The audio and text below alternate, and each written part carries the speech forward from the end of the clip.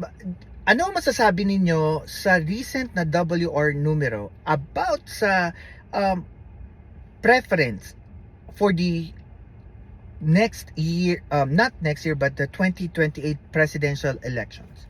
Lumalagay po dito, kung magkakaroon daw po ng election today for presidency, lumalagay dito na there is 33.3% for Sara Duterte, which is a 2% increase from the previous research noong August 2025.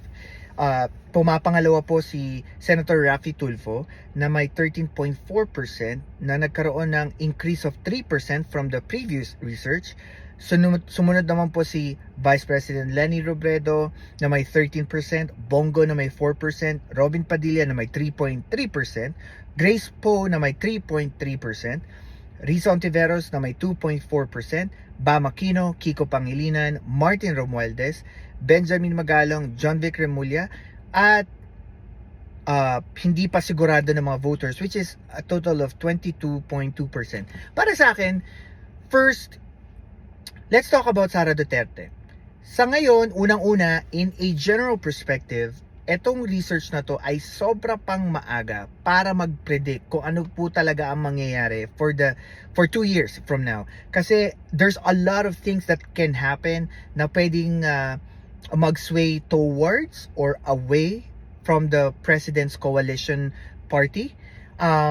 Marami din pong mga taong lalabas, mga sinasabi na rin ng mga political analysts, yung mga dark horse. Maraming pwedeng lumabas na dark horse in between of next year or the year after.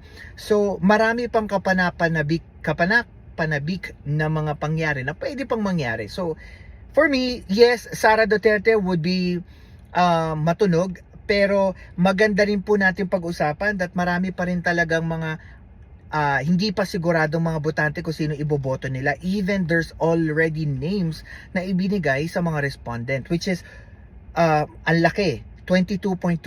Ibig sabihin, hindi pa talaga handa ang sabihin na nating majority na voting population kung sino talaga iboboto nila. And I think that this is a good picture na dapat i-focus din ng gobyerno na hindi naman talaga wala na ang suporta ng taong bayan kay President Marcos. It just so happen na nandito siya sa crisis na to na kailangan niya talagang i-recover.